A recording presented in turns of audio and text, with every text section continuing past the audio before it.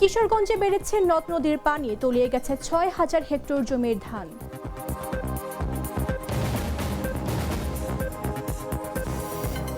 টাঙ্গাইলের মির্জাপুরে ইটভাটার বিষাক্ত ধোঁয়ায় ৫ গ্রামের ৫ শতাধিক একর জমির ধান পুড়ে ছাই।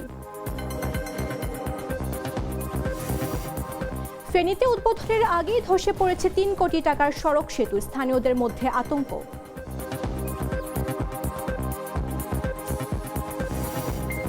১৯৭১ সালের জামাত আর বর্তমান জামাত এক না, মন্তব্য গোলাম পরোয়ারের।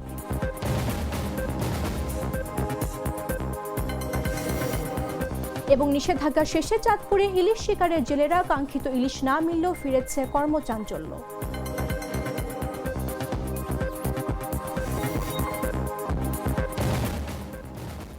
আমন্ত্রণ দেশ জুড়ে সংবাদে, আপনাদের সাথে রয়েছে আমি মামদুহা রাইসা।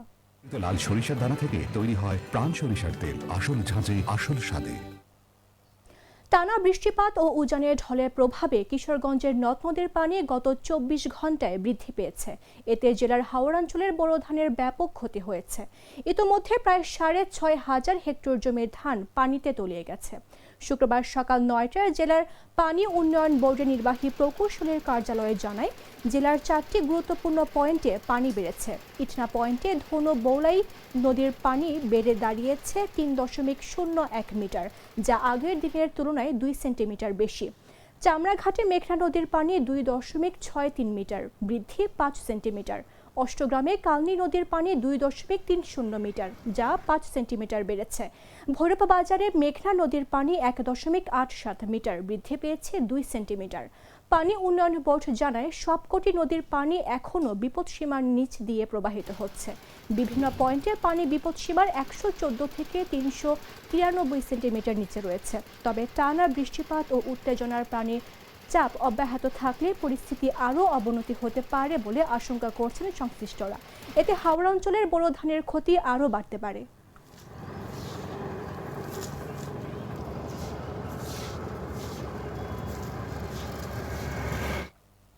এদিকে টানা বৃষ্টি ও কালবৈশাখীর আঘাতে কিশোরগঞ্জের মিঠায় মইনের হাওরে তলিয়ে গেছে হাজারো হেক্টর বোরো ধান। পানির মাঝে দাঁড়িয়ে কৃষকের চোখে এখন শুধু হতাশা। ৫১ বছর বয়সী সিরাজ মিয়ার কণ্ঠে অসহায় প্রশ্ন ছিল, আমি এখন খেলা দেহুম কি দিয়া। ফসলহানিতে দিশেহারা পুরো জনপদ। প্রতিনিধির পাঠানো তথ্যচিত্রের বিস্তারিত জাগো ডেস্ক রিপোর্টে। মানে খেলা দিহুম কি দিয়া, আমার তো কেটা দিয়ে বিশ্বকাপের ব্রাজিলের সাপোর্টার। আমি হলো আমার তো পেটে বাত নাই, আমি কি দিয়া খেলা দিহুম। মনের মধ্যে আনন্দ, যে আনন্দটা দিয়ে আমরা খেলা দেখলাম, হলে এই আনন্দ তো কাল বৈশাখে আমরা লয়ে গেছে গা। কিশোরগঞ্জের মিঠামইন উপজেলার হাওড়া অঞ্চলে এখন শুধু পানি আর হতাশার গল্প। টানা বৃষ্টি ও কালবৈশাখীর আঘাতে তলিয়ে গেছে হাজারো হেক্টর বোরো ধান। সেই পানির সামনে দাঁড়িয়ে ৫১ বছর বয়সী কৃষক সিরাজ মিয়ার কণ্ঠে ফুটে ওঠে বেদনার চিত্র, আমি এখন খেলা দেহুম কি দিয়া। আমি অনেক খেলা দিহুম কি দিয়া, আমার তো কেটা দিয়ে বিশ্বকাপের ব্রাজিলের সাপোর্টার। আমি আমার সাপোর্টার হইলে কেমন দিব, খেলা যদি সামনে আই টিভি থাকবো চললে আমার তো আমার চোখ গুন যায়।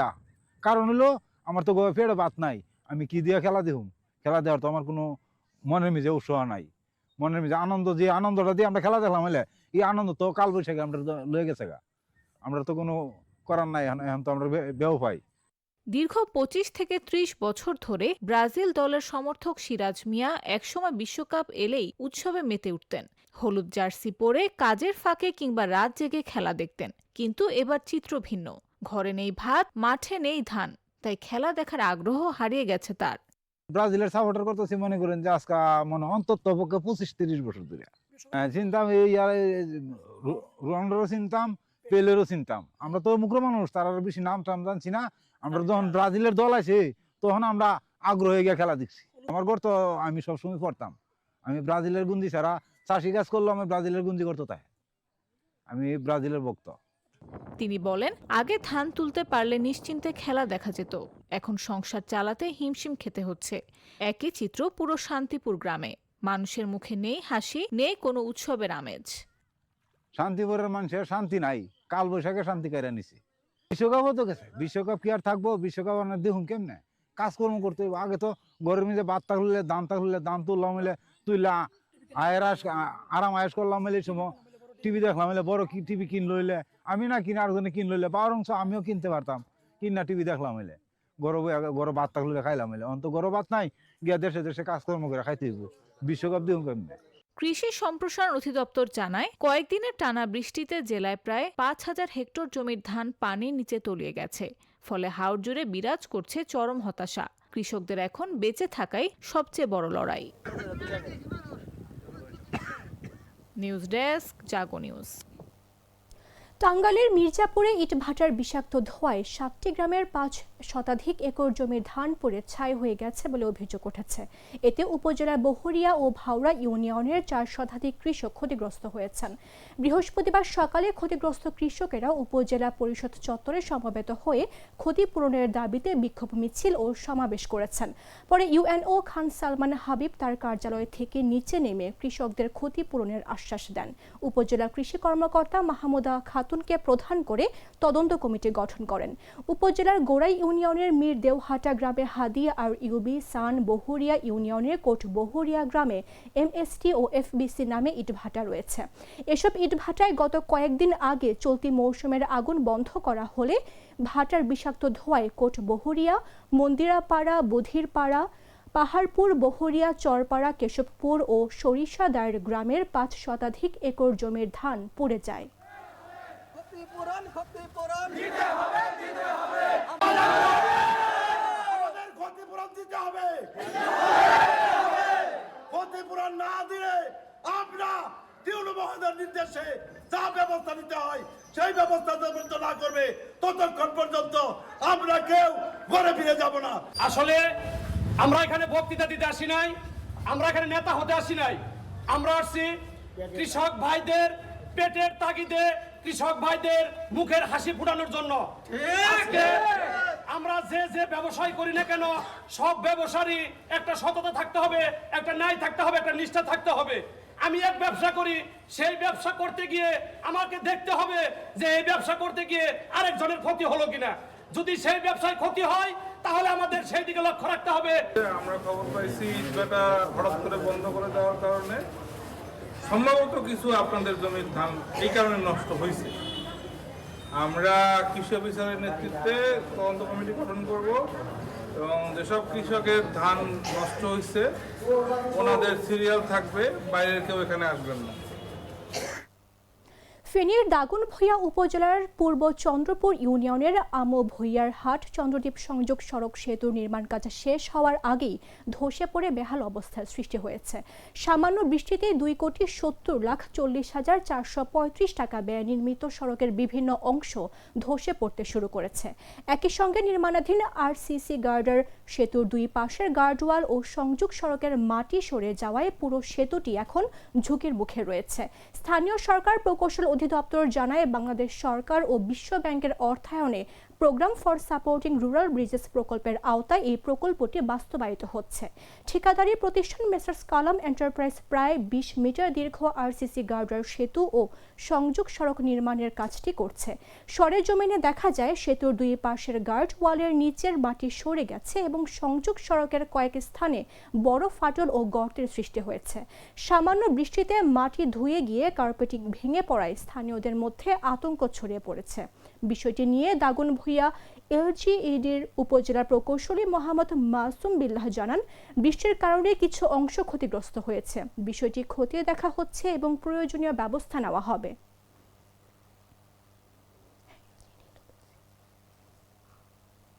গ্লিটারের টুইন লেমন ও অ্যান্টিব্যাকটেরিয়াল ফর্মুলা বাসনকে চকচকে জীবাণুমুক্ত করে আমাদের দেয় গ্লিটার গ্যারান্টি। পাট ও বস্ত্র মন্ত্রণালয়ের প্রতিমন্ত্রী মোহাম্মদ শরীফুল আলম বলেছেন, বিগত ফ্যাসিস্ট সরকার প্রধানমন্ত্রী তারেক রহমান সহ বেগম জিয়ার বিরুদ্ধে নানা ষড়যন্ত্র করেছে। তারা বলেছিলেন তারেক রহমান নাকি বিদেশে মানি লন্ডারিং করেছেন। তবে কোনো দেশে কোনো ব্যাংকে তারেক রহমানের নামে কোনো টাকা পায়নি। জিয়া পরিবার জনগণের জন্য কাজ করেছে, তা এখন প্রমাণিত হয়েছে। শুক্রবার দুপুরে ভৈরব নদী বাংলা সেন্টার প্রাঙ্গণে আন্তর্জাতিক মে দিবস উপলক্ষে আয়োজিত র্যালি ও আলোচনা সভায় প্রধান অতিথি হিসেবে এসব কথা বলেন প্রতিমন্ত্রী। তিনি এ সময় বলেন, যারা সরকারকে হেয় করার চক্রান্ত করেন তাদের ব্যাপারে সতর্ক থাকতে হবে। দেশের বিরুদ্ধে ষড়যন্ত্র হচ্ছে, ষড়যন্ত্র অতীতেও হয়েছিল। তাই সবাইকে ঐক্যবদ্ধ হয়ে দেশের উন্নয়ন কাজ করার আহ্বানও জানান প্রতিমন্ত্রী। আমরা সবাই ঐক্যবদ্ধ থাকবো। আমাদের দেশের বিরুদ্ধে ষড়যন্ত্র হবে, ষড়যন্ত্র ছিল অতীতেও, আমরা সজাগ থাকবো। আমরা গত পার্লামেন্টে গতকালকে বর্তমানের প্রধানমন্ত্রী আহ্বান করেছেন বিরোধী দলকে, আমরা একসাথে মিলে আগামী দিনে বাংলাদেশকে এগিয়ে নিয়ে যেতে চাই। আমরা রক্ত দিয়েছি, সংগ্রাম করেছি। এদেশের মানুষের যে প্রত্যাশা, যে বাংলাদেশকে দেখতে চান, সেই বাংলাদেশ নির্মাণ করতে হলে আমাদের ঐক্যের কোনো বিকল্প নাই। যদি আমরা জনগণকে সাথে না রাখতাম, যদি আমরা জনগণের দাবি আদায়ে রাজপথে সংগ্রাম না করতাম, জনগণ আমাদেরকে ভোট দিত না। কারণ স্বাধীনতার পরে যতগুলো নির্বাচন হয়েছে, সবচেয়ে নিরপেক্ষ গ্রহণযোগ্য নির্বাচন হয়েছে ত্রয়োদশ জাতীয় সংসদ নির্বাচন গত 5 ফেব্রুয়ারি। সেই নির্বাচনে আমার নির্বাচনী এলাকার মানুষ সর্বোচ্চ ভোট দিয়ে আমাকে ব্যবধানে নির্বাচিত করেছেন। বাংলাদেশ জামায়াত ইসলামী সেক্রেটারি জেনারেল অধ্যাপক মিয়া গোলাম পরোয়ার বলেছেন, 1971 সালের জামাত আর এখনকার জামাত এক না। বহুবার জামায়াত ইসলামের গঠনতন্ত্র নীতি পদ্ধতি বদল হয়েছে। শুক্রবার সকালে কুমিল্লা টাউন হল মাঠে শ্রমিক সমাবেশে তিনি এসব কথা বলেন। যাদের স্বাধীনতার পরে জন্ম, আজকে পার্লামেন্টে যারা এমপি হয়েছেন আমাদের, তার অধিকাংশই বয়সে তরুণ। এই জন্মভূমিতে স্বাধীনতার পরে জন্ম। আপনি তাকে স্বাধীনতা বিরোধী বলবেন, আলবদর বলবেন, রাজাকার বলবেন, জনগণ তো হাসে। সেজন্য পাকিস্তান আমলে সেই সময়কার রাজনৈতিক প্রেক্ষাপটে তখনকার যারা রাজনৈতিক দল ছিলেন, সেখানকার রাজনৈতিক পলিসি ভূমিকার ব্যাপারে অনেক আলোচনা বিতর্ক হতে পারে। কারণ এই না যে স্বাধীনতার পরে আপনি অনেক কিছু পরিবর্তন হয়েছে। জামাত ইসলামী সেই সময়ের জামাত আর এখনকার জামাত এক নয়। বহুবার জামাত ইসলামের গঠনতন্ত্র নীতি পদ্ধতি বদল হয়েছে। আমাদের জামাতের গঠনতন্ত্র পড়ে দেখবেন, ভূমিকাতেই রোকন হওয়ার শর্তের মধ্যে আমরা বলেছি মহান মুক্তিযুদ্ধের বীর মুক্তিযোদ্ধাদের এই লড়াই সংগ্রামকে আমরা শ্রদ্ধার সাথে ধারণ করেছি, স্মরণ করেছি। জামাত ইসলামের সদস্য পদ লাভ করতে গেলে এদেশের স্বাধীনতার সার্বভৌমত্ব রক্ষায় আত্মত্যাগের স্বীকৃতি না দিলে তিনি এদের সদস্য হতে পারেন না। 2 মাসের নিষেধাজ্ঞার পর চাঁদপুরে পদ্মা মেঘনা নদীতে ইলিশ শিকারে নেমেছেন জেলেরা। বৃহস্পতিবার মধ্যরাতে জেলেরা নদীতে নামলেও কাঙ্ক্ষিত ইলিশ মেলেনি। এতে কিছুটা হতাশ হয়েছেন জেলেরা। ব্যস্ততা ফিরেছে বড় স্টেশন মাছঘাটের ব্যবসায়ী ও শ্রমিকদের মধ্যে। শুক্রবার সকালে চাঁদপুর বড় স্টেশন মাছঘাটে ইলিশের পাইকারি বেচাকেনা শুরু হওয়ায় জেলে, ব্যবসায়ী ও শ্রমিকদের মধ্যে কর্মচাঞ্চল্য দেখা গেছে। হাঁকডাকে মুখর হয়ে উঠেছে মাছঘাট। চাঁদপুর বড় স্টেশন মাছঘাটে ইলিশ নিয়ে আসা জেলেরা জানালেন, 2 মাস মাছ ধরা বন্ধ ছিল। নিষেধাজ্ঞা শেষ হওয়ায় মধ্যরাতে ইলিশ ধরতে নদীতে নেমে ঘন্টার পর ঘন্টা অপেক্ষা করেও তেমন মাছ পায়নি জেলেরা। তবে সামনে আরও বৃষ্টি ও নদীর পানি বাড়লে ইলিশ পাওয়ার সম্ভাবনা বাড়বে। ইলিশ ব্যবসায়ীরা জানালেন, নদীতে মাছ ধরার নিষেধাজ্ঞা থাকলে বড় স্টেশন মাছঘাটেও সব বেচাকেনা বন্ধ থাকে। এখন 2 মাস পর আবার বেচাকেনা শুরু হয়েছে। দীর্ঘদিন শ্রমিক ও ব্যবসায়ীরা অলস সময় পার করছে। ঘাটে মাছ আসায় এখন সরগরম হয়ে উঠেছে। নদীতে এখন যায় আমাকে মানে যেই মাছ পাওয়ার কথাই মাছ এখন নাই নদীতে। মানে যে জাল পাই এই জালে আমাকে খরচে আর জাল পাওয়াই মানে পোষে না। নামছি কালকে নদীতে, যা মাছ পাইছি খরচপাতি হয় মনে হমো, আর সামনে পাই কিনা বলতে পারি না। 2 মাস মাছ বেচা কিনা ছিল না, সবাই হতাশায় ছিল। আজকে কিছু মাছ আসছে, মোটামুটি দাম আছে। আর মাছ যখন কন্টিনিউ বাড়বে তখন দাম কমবে ইনশাআল্লাহ। আর মাছের দামটা একটু বেশি। আপনার 1 কেজি করে মাছ আছে 3100-3200 টাকা কেজি। দেখতে পাচ্ছেন মাছের যে অবস্থা। আমরা আশাবাদী ছিল যে এই 2 মাস পরে মাছ হবে, কিন্তু এখন পরিমাণ মাছটা এখনো আসে নাই। তো দেখা যাক সামনে আল্লাহ কি হয় আমাদের মাঝে। এদিকে দীর্ঘ 2 মাসের সরকারি নিষেধাজ্ঞা শেষে ভোলার মেঘনা ও তেতুলিয়া নদীতে আবারও মাছ শিকারে নেমেছেন জেলেরা। এ সময় নদীতে কাঙ্ক্ষিত ইলিশ সহ বিভিন্ন প্রজাতির মাছ পেয়ে আনন্দে ঘাটে ফিরছেন তারা। শুক্রবার সকালে ভোলার তুলাতুলি মৎস্য ঘাটে গিয়ে দেখা যায় জেলেরা নদীতে যাচ্ছেন। আবার অনেকেই নদী থেকে ইলিশ সহ বিভিন্ন ধরনের মাছ নিয়ে ফিরে আসছেন হাসি মুখে। অন্যদিকে জেলেরা নদীতে মাছ পাওয়ায় জমজমাট মৎস্য ঘাটের বেচা বিক্রিও। উপজেলার মাঝিরা জানান, নিষেধাজ্ঞা নিষেধাজ্ঞা শেষে তারা বৃহস্পতিবার রাত 12টায় নদীতে নেমে ভোর পর্যন্ত মাছ ধরেন। সারা রাত জালে ভালো মাছ ধরা পড়ায় খুশি তারা।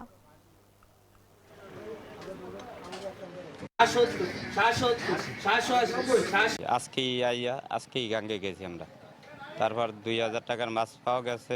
এতদিন এই 2 মাস ধরে অভিযান ছিল, নৌকা বান্ধা ছিল, কিন্তু আজকে নামছি। আজকে নামার পর মানে মোটামুটি কায়দা মাছ ভালো পাইছে। গতবার অভিযানে শেষ দিয়া কোনো মাছ ছিল না নদীতে, জেলেরা দেনা ফেনা ছিলাম, দেখা গেছে আমরা সমিতি আছি, ঋণ দিতে পারি না, ঋণ হয়ে বয়ে রয়েছি।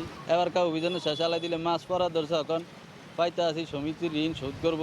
বিগত 2 মাস অভিযান ছিল, এখন মোটামুটি জেলেরা যাইতেছে।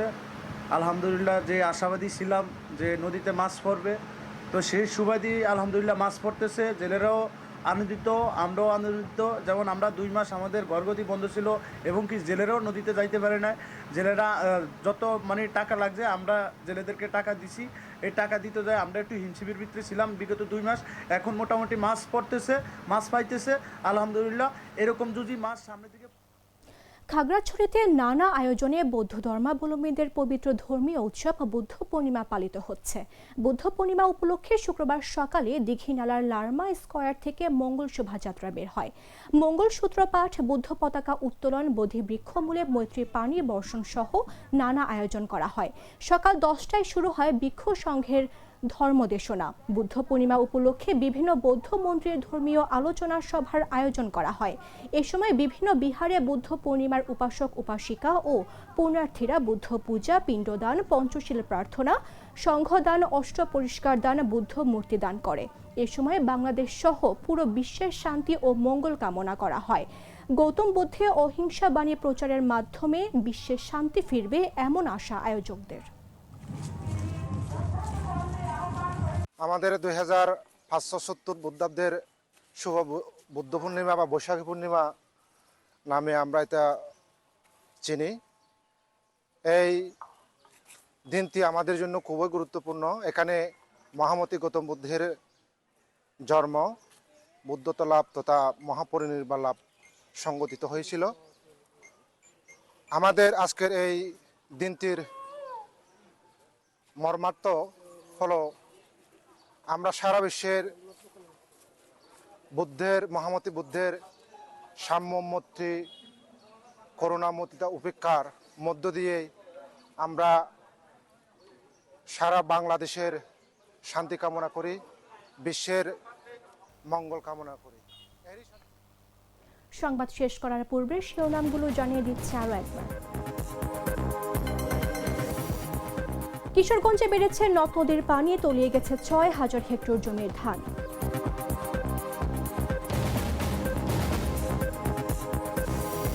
টাঙ্গাইলের মির্জাপুরে ইটভাটার বিষাক্ত ধোঁয়ায় 7 গ্রামের 5 শতাধিক একর জমির ধান পুড়ে ছাই।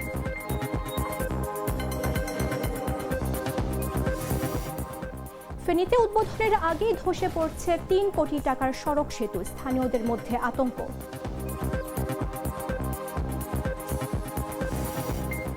1971 সালের জামাত আর বর্তমান জামাত এক না, মন্তব্য গোলাম পরোয়ারের।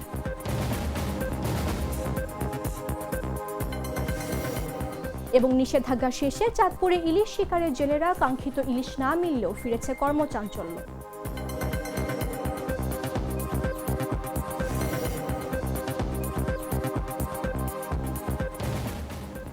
দর্শক, এই ছিল এখনকার মতো। প্রতি মুহূর্তে সর্বশেষ খবর জানতে ভিজিট করুন jagonews24.com।